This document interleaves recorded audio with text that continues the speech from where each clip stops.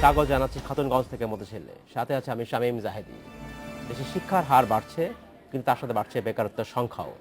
উচ্চশিক্ষা প্রতিষ্ঠানগুলোর শিক্ষা ব্যবস্থা আর চাকরির বাজারের চাহিদার মধ্যে ফারাক দেখা যাচ্ছে প্রতি বছরই, এবং এর ফলে বাড়ছে শিক্ষিত বেকারের সংখ্যা। আজ আমাদের আলোচনার বিষয় উচ্চশিক্ষিতের বেকারত্ব।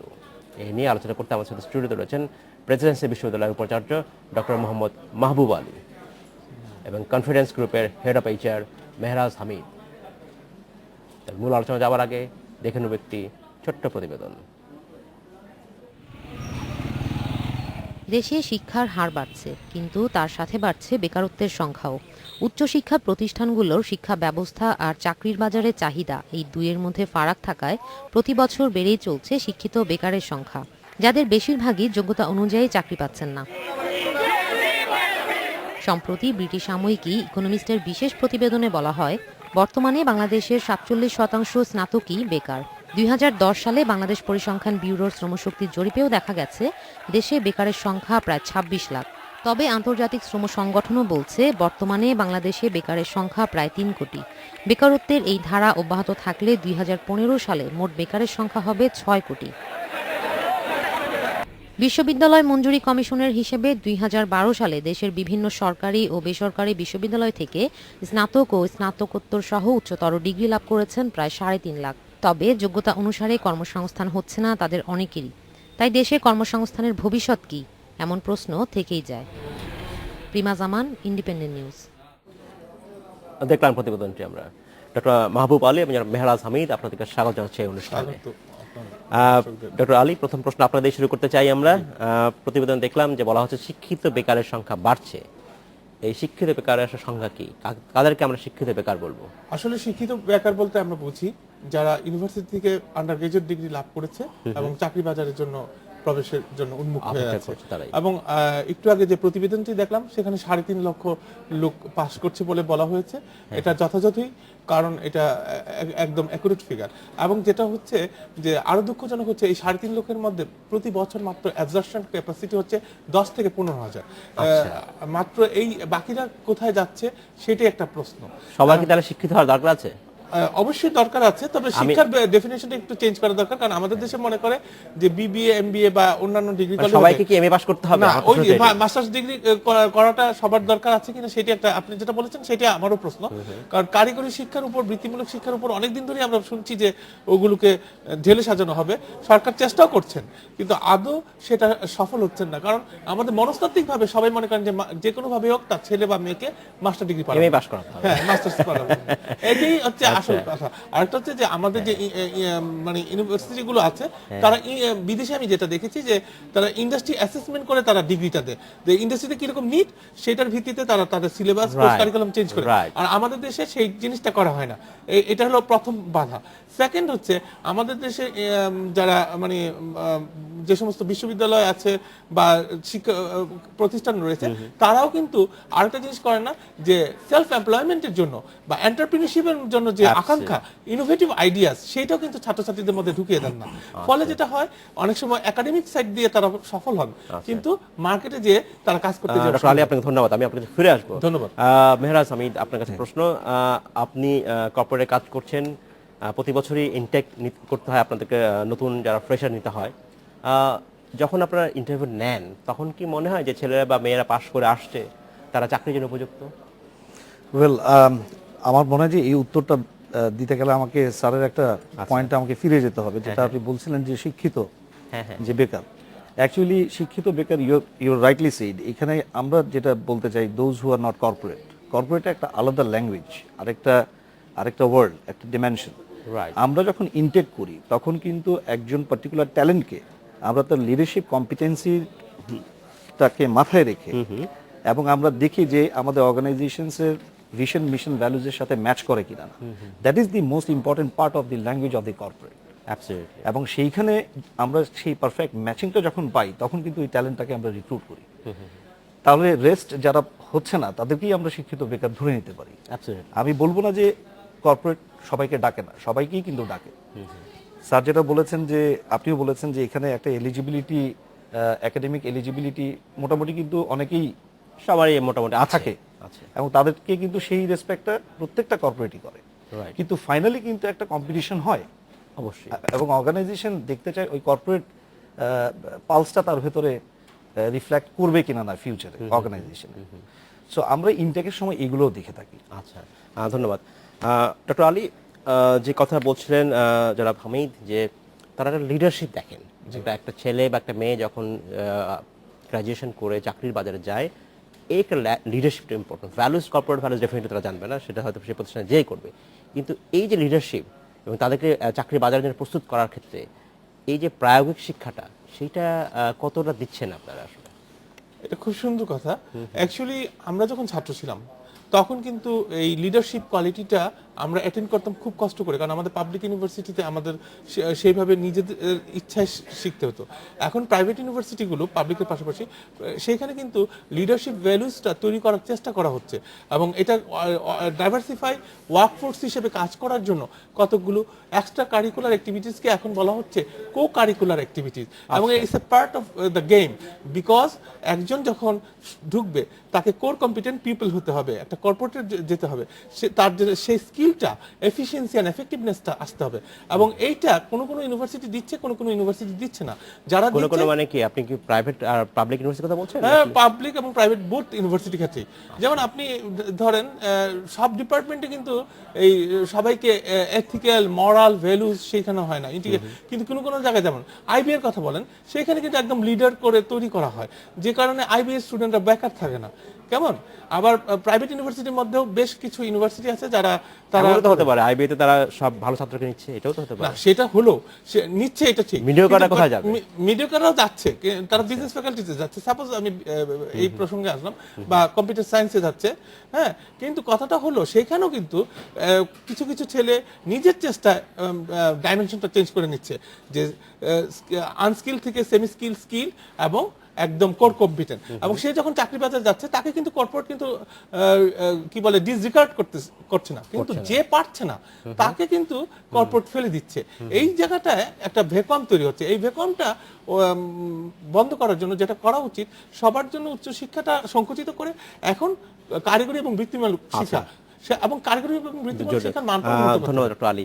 আমাদেরকে প্রশ্ন আসছে একজন দর্শক সৈকত, উনি জানতে চাচ্ছেন যে জবের জন্য যে কোনো চাকরিতে শুধু এক্সপিরিয়েন্স চাই কেন? জনাব হামিদ, আপনি উত্তর দিলে কত ভালো হয়। কেন এক্সপিরিয়েন্স চায় একটা প্রতিষ্ঠান? তাহলে কি ফ্রেশারদের কোনো জায়গা নেই? আর একটা কথা যেটা বললেন ডক্টর আলী, সেটা হচ্ছে এখনকার শিক্ষা ব্যবস্থায় এক্সট্রা কারিকুলার অ্যাক্টিভিটি, উনি যেটা কো কারিকুলার অ্যাক্টিভিটি বলছেন, এটার উপর করতে হয়। আপনারা যখন সিভি সর্টিং করেন প্রথমে ইনিশিয়ালি, তখন আসলে কোন দিকে বেশি নজর দেন? আমি মনে করি যে মিস্টার আলী যেটা বলেছেন রাইটলি সেই, এই কো কারিকুলার অ্যাক্টিভিটিস আমরা কিন্তু কনসিডার করি একটা ক্যান্ডিডেটের লিডারশিপ কম্পিটেন্সি হিসাবে, যেটা আপনি বলছিলেন, কিন্তু একটু ডিফার করবো ওনার সাথে। আচ্ছা, সবিনয়ে ডিফার করবো। আমি বলতে চাই যে প্রত্যেকটা ইউনিভার্সিটি, আমি এখানে নাম নিচ্ছি না, রেসপেক্টিভলি, যে কতটুকু এই কো কারিকুলার অ্যাক্টিভিটিসের জন্য সুযোগ সুবিধা দিচ্ছে। কো কারিকুলার অ্যাক্টিভিটিস এরকম পর্যন্ত হবে না যে একটা ডিবেট কম্পিটিশন, একটা প্রেজেন্টেশন বা একটা কবিতা আবৃত্তি, এগুলো তো ইন হাউস। বাট কতগুলো ইউনিভার্সিটি এখন প্রেজেন্ট কনটেক্সটে এই কো কারিকুলার অ্যাক্টিভিটিস ফিল্ড লেভেলে নিয়ে গেছে। আচ্ছা, আমি যেমন দেখেন, আমি মিলিটারি স্কুল কলেজ থেকে পড়ালেখা করেছি। আমরা গেমসের সাথে অতপ্রতভাবে জড়িত ছিলাম, স্পোর্টসের সাথে আমরা অতপ্রতভাবে জড়িত ছিলাম, এবং প্রত্যেকটা জায়গায় কিন্তু আমাদের লিড দেয়ার এবং নেয়ার সুযোগ ছিল। রাইট। সেই ইয়েগুলো কই, স্পিচগুলো কই, এটা একটা। আচ্ছা, আমার মনে হয় যে দেখেন, লিডারশিপ ডেভেলপমেন্টের ওই ডাইমেনশনটাও কিন্তু আমাদেরকে কনসিডার করতে হবে। আচ্ছা, শুধু ডিবেটে আমি ভালো করলাম এর মানে আমি কর্পোরেটে গিয়ে খুব ভালো ডিবেট হবে, it's not going to work like that. G, so ওইগুলো আমাদের লাগবে। মিঙ্গেলিং করাটাও শিখতে হবে, সবার সাথে ব্যালেন্স করে আমাকে চলতে হবে, এবং এগুলো কিন্তু খুব, আপনি যদি মাঠের মধ্যে যদি করেন বিভিন্ন গেমসের মাধ্যমে, তাহলে কিন্তু আপনার ক্যাপাবিলিটিসগুলো কিন্তু অনেক অনেক ইমপ্রুভ করে। এটা আমি যেভাবে দেখি আর কি। আর একটা প্রশ্ন ছিল যে শুধু এক্সপিরিয়েন্স চাওয়া হয় কিনা কর্পোরেট থেকে, যারা ফ্রেশার তারা কি সুযোগ পায় কিনা? ওয়েল, ফ্রেশারদের জন্য আমি এখানে আমি বলবো যে যতগুলো কর্পোরেট আমি কাজ করেছি বা আমি দেখেছি, যে পিরামিডের মতো কিন্তু প্রত্যেকটা ফাংশনে কিন্তু ম্যানেজমেন্ট কাজ করে।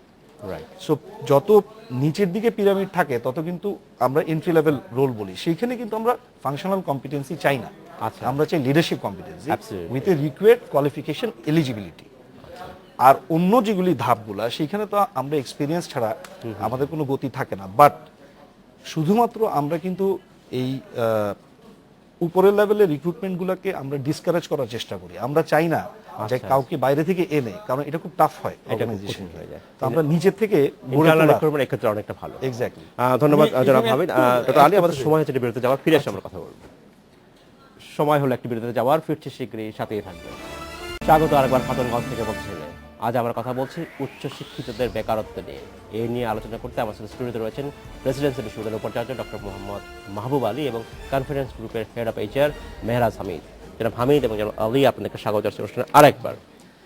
ডক্টর আলী, আমরা বিরতিতে যাবার আগে কথা বলছিলাম উচ্চশিক্ষিত বেকারত্বদের কথা নিয়ে। আমার কাছে একজন দর্শক প্রশ্ন পাঠিয়েছেন, রিফাত। উনি জানতে চাচ্ছেন যে অনেক অর্গানাইজেশন এনইউ এর স্টুডেন্টদের সিভি অ্যাকসেপ্ট করে না, তাহলে কি এনইউ থেকে পাশ করলে চাকরি হবে কিনা?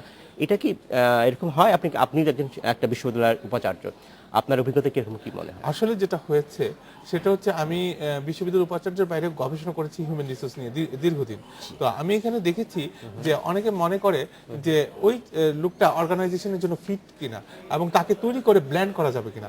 অ্যাকচুয়ালি অর্গানাইজেশন ভিউটা কি, যখন ফ্রেশার্স হিসেবে কাউকে নিয়োগ করা হয় তখন তার ধারণা থাকে যে তাকে ব্ল্যান্ড করা হবে, ব্ল্যান্ড করে একদম অর্গানাইজেশনের মতো করে তৈরি করা হবে, তাই তারা ফ্রেশার্স। কিন্তু এখন এইখানে এলিউর ক্ষেত্রে যেটা হয়, অনেক অর্গানাইজেশন তাদের যে অর্গানাইজেশনের যে ভিশন আছে, মিশন আছে, সেটার সাথে কিন্তু এক ধরনের গ্যাপ আছে বলে মনে করে, সেই জন্যই হয়তো নেয় না। কিন্তু তাই বলে হতাশ হওয়ার কিছু নেই। অ্যাপ্লিকেশন করতে গেলে ভালো জায়গায় পরীক্ষা দিলে একসময় না একসময় জব করতে। ধন্যবাদ জনাব হামিদ। আপনি বলছেন যে লিডারশিপটা আপনারা খুব গুরুত্ব দিয়ে থাকেন চাকরির ক্ষেত্রে, শুধু রিক্রুটমেন্ট না, এরপরে উন্নতির ক্ষেত্রেও। যে লিডারশিপ যে কোয়ালিটি, সেটা কি বংশগত, নাকি এটা এমন একটা ট্রেড যেটা ট্রেনেবল, যেটা শেখা যায়? খুব সুন্দর প্রশ্ন করেছেন, ধন্যবাদ। এটা আসলে শেখা যায়। এটা আমার ভেতরে যদি কোনো ডেফিসিয়েন্সি থাকে, তাহলে এটা আমার টিচার, আমার ফ্যাকাল্টি, আমার প্যারেন্টস, আমার রিলেটিভ, তাদেরও উচিত যে আমাকে বলা এবং সেই রাইট প্ল্যাটফর্মটা তৈরি করা যেখানে আমি প্রোয়েক্টিভলি জিনিসটা লার্ন করব to reduce my deficiency of this particular sector. এখন এইটা কিন্তু আপনি ঠিক বলেছেন যে এই জিনিসটা খুব ইম্পর্ট্যান্ট একটা ফ্যাক্টর। যেহেতু একটা দেখেন, ওনার একটা প্রশ্ন আমি ফিরে যাব। উনি বলেছিলেন যে দেখেন, আইবিএ বা একটা স্পেসিফিক গ্রুপ সবসময় কিন্তু ভালো করে, বা এটা অনস্বীকার্য, সবসময় ভালো করে। কিন্তু তাই বলে কি আপনার পিক অফ দি টাওয়ার যদি আমরা কাউন্ট করতে যাই কতজন আইবিএ আছে, খুবই কম। সেইটাই আমাদেরকে বিশ্বাস করতে হবে। তাহলে যারা গিয়েছে তাদের নিশ্চয়ই কম্পিটেন্সির কারণে গিয়েছে। What I'm trying to say, end of the day, leadership competency is everything. Functional competency তো ডেভেলপ করবে আপনি থাকতে থাকতে, কাজ শিখতে হয়ে যাবে, এবং একটা ভালো অর্গানাইজেশন সবসময় শেখায়। তো লিডারশিপ কম্পিটেন্সি ইজ আনকম্প্রোমাইজিং একটা জিনিস কর্পোরেটে, এবং এটাতে আমি বলবো যে আমি বেশি জোর দিব আর কি, এটা ইমপ্রুভ করার জন্য। এবং এটা ছাড়া সাকসেস ফ্যাক্টরটা আসলে উনি যেটা বলছিলেন যে লিডারশিপ কোয়ালিটিটা, এটা আমি বিশ্বাস করি লিডারশিপ কোয়ালিটিটা অ্যাটেন্ড করার জন্য তার ইনবিল কিছু থাকতে হবে, এবং ইনার সেই পারসেপশনটা, সেই জায়গাটায় আপনারা বিশ্ববিদ্যালয় থেকে আসলে কোনো সাহায্য করছেন কিনা তার চাকরি জীবন ঢোকার? আমার মনে হয় বিশ্ববিদ্যালয়ে যে সমস্ত ভালো ভালো বিশ্ববিদ্যালয় আছে সেগুলোতে তো চাকরি করাই হয়। অ্যাট দ্য সেম টাইম যে ছেলে বা মেয়ে চাকরি জীবনে প্রতিষ্ঠিত হবে, তাকে অবশ্যই তাকে প্রতিদিন মনে রাখতে হবে যে আমার ওই যে ডেফিসিয়েন্সির কথাটা বললো, কোথায় ভুল করেছে এবং তার যে কম্পিটিটর সে কোথায় ভালো করেছে। হবে চাকরিতে শুরু করার পরে, চাকরি শুরুর আগে অবশ্যই সেটা আপনারা এখন বিভিন্ন ইউনিভার্সিটি কিন্তু করছে, তবে আগের মতো স্পেস নেই। কিন্তু উনি যেটা বলেছেন ওইটাও আমি একমত যে আগের মতো স্পোর্টস গেমস হচ্ছে না, কিন্তু তারপরেও দেখেন কর্পোরেট কালচার কিন্তু বাংলাদেশে আস্তে আস্তে চেঞ্জ হয়ে আসছে। যেমন আমাদের ফ্ল্যাশ মব হচ্ছে, নিজেরাই স্টুডেন্টরা সহযোগী হয়ে বিভিন্ন ইউনিভার্সিটি করছে, এইটাতেও মধ্যেও দেখা যাচ্ছে যে লিডারশিপ কোয়ালিটিটা। এর মধ্যে আমরা দেখতেছি যে বিভিন্ন অর্গানাইজেশন যে বাংলাদেশে কর্পোরেট এনভায়রনমেন্ট তৈরি করছে, অর্গানাইজেশন হায়ারার্কি আসছে। তাই আমি মনে করি এডুকেশনে ইজ এ লার্নিং প্রসেস, সেখানে লিডারশিপ অবশ্যই ইনবিল্ড করা হচ্ছে, কিন্তু এটাকে প্রায়োগিক করবে কতটুকু, কে কতটুকু নিতে পারছে, সেটা ডিপেন্ড করে তার ক্যাপাবিলিটির উপর। আচ্ছা, এবং শুধু একটা আমি একটু আগে আবার সংশোধন করছি যে আইবিএর কথা বলেছেন, কিন্তু অন্যদের কথাও একই, যারা উপরে এসেছে তারাও তো বিভিন্ন জায়গা থেকে এসেছে। এবং আজকে যদি আমি বিল গেটসের কথা বলি, বিল গেটস কিন্তু কোথাও থেকে আন্ডারগ্রেড পাস করেনি, কিন্তু but what he showed in the history of the world. তো ঠিক এইভাবে আমাদেরকে দেখতে হবে যে লিডার হতে হলে তাকে, মহাত্মা গান্ধীর কথা বলেন, সে একজন charismatic leader ছিলেন। ধন্যবাদ ডক্টর আলী, আমি আপনার কাছে ফিরে আসবো। জনাব হামিদ, একটা বড় কথা হচ্ছে চাকরি শুরু করার পরে লিডারশিপ কোয়ালিটি আছে, কিন্তু চাকরি করার জন্য মানুষ একজন লোক যে চাকরি করবে তাকে আপনি রিটেন করবেন কিভাবে? কোন গুণটা, কোন বৈশিষ্ট্য থাকলে একটা লোককে আসলে রিটেন করা যায় একটা প্রতিষ্ঠানে? কোনটা বেশি প্রয়োজন? আমি মনে করি অনেস্টি, আমি মনে করি লয়্যালটি, আমি মনে করি ডেডিকেশন, আমি মনে করি প্রোয়েক্টিভনেস। আমি সেক্ষেত্রে একটা প্রতিষ্ঠানকে কি দিতে হবে তাহলে একজন এমপ্লয়ি কেন সেখানে থাকবে, সেইটা কি চায়, সে এমপ্লয়ি কি চায়? আমি এই উদাহরণটা দিতে যাচ্ছি একটু মানে একটা খুব অ্যাকচুয়াল লাইফ থেকে আমরা দিই। আমাদের বাসায় কিন্তু আমাদের সাথে অনেক পার্টনার্সরা কাজ করে, আমি অন্য কোনো ভাষায় বলতে চাই না ওনাদেরকে, they do also have the respect. তো আপনি যখন দেখেন তার ভেতরে ওই সিমটমগুলা, যে এই 4-5টা সিমটম তার ভেতরে আছে, যে পার্টনারগুলো আপনার বাসায় কাজ করে, তাদেরকে do you want to lose them? No, you don't. Then what you do actually to retain them? Absolutely. So যে প্রথায় আমরা বাসায় পার্টনারদেরকে রিটেইন করি, ওইভাবেই কর্পোরেটে কিন্তু ওদেরকে রিটেইন করা হয়। ইংলিশে আমরা টার্ম বলি হাই পটেনশিয়ালস। সো আমরা যখন আইডেন্টিফাই করি high potentials, we want to retain them if that is needed through remuneration, if that is needed through good organization development, coaching, which provides training, development, coaching, mentoring. These are the new terms in the corporate in human resources. We provide them. I mean, আমরা তো নেওয়ার সময় এটাই মানে আলী সাহেব বললাম যে রিক্রুটমেন্টটা ওইভাবেই আমরা করে নিই, এবং আমরা দেখতে চাই যে এইভাবে পারফর্ম করবে তাকে ধরে রাখতে চাইবি, এইভাবেই আমরা। আমি একটু অ্যাড করি, তিনটা ফ্যাক্টর এখানে কাজ করে। একটা হচ্ছে sense of identity, sense of responsibility and sense of dignity. Sense of identity, যদি মনে করে কেউ যে ওই অর্গানাইজেশনে আমি কাজ করলে আমার লাভ হবে, তাহলে কিন্তু সে ওই অর্গানাইজেশন কাজ করতে চাইবে। সেন্স অফ রেসপন্সিবিলিটি, তাকে কতটুকু কর্পোরেট বিশ্বাস করে, তাকে কর্পোরেট কতটুকু আশা করে তার কাছ থেকে, এবং সেই প্রত্যাশাটা দেখলে সে খুশি হবে। আর সেন্স অফ ডিগনিটি বা ডেভেলপমেন্ট, সে কতটুকু উপরে যেতে পারবে, তার ফিউচারটা কি, সে সিও হতে পারবে কিনা, তাহলে কিন্তু সে ওই অর্গানাইজেশন অটোমেটিক থেকে যাবে। একটা প্রশ্ন আসছে মাহমুদ নবী, বিসিএস পরীক্ষায় বা সরকারি চাকরিতে এক ধরনের কোটা থাকে, এই ধরনের কোটা আসলে থাকা উচিত কিনা? আমি মনে করি কোটা ব্যবস্থা অবিলম্বে বাতিল করা হোক, কারণ কোটা ব্যবস্থার মাধ্যমে যেটা হচ্ছে যে আমাদের দেশের ভালো ছেলেমেয়েরা বঞ্চিত হচ্ছে, এবং তা দেশ পরিচালনায় অবশ্যই বিসিএস ক্যাডারদের একটা মুখ্য ভূমিকা রয়েছে। তো বঞ্চিতদের হওয়ার ফলে আমরা মেধা শূন্য হয়ে যাচ্ছি বিসিএস ক্যাডারের নতুন। সেক্ষেত্রে বেসরকারি চাকরিতে এটা নেই, কোটাটা নেই, সেক্ষেত্রে কি আপনার মনে হয় যে আপনারা বেস্ট ট্যালেন্টটা পাচ্ছেন, এবং যে বেস্ট ট্যালেন্ট যেটা আসছে সেটা এনশিওর করার জন্য যে কর্পোরেট ভ্যালুজ, কালচার থাকা উচিত বা দেওয়া উচিত, সেটা কি প্রাইভেট সেক্টর দিতে পারছে, বাংলাদেশের প্রাইভেট সেক্টর? ইয়েস, দিতে পারছে।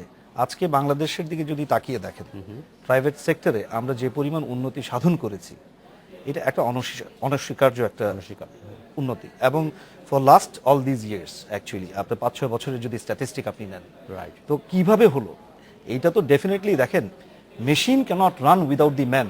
Absolutely. So the man has to be taken, and that right person in the right job.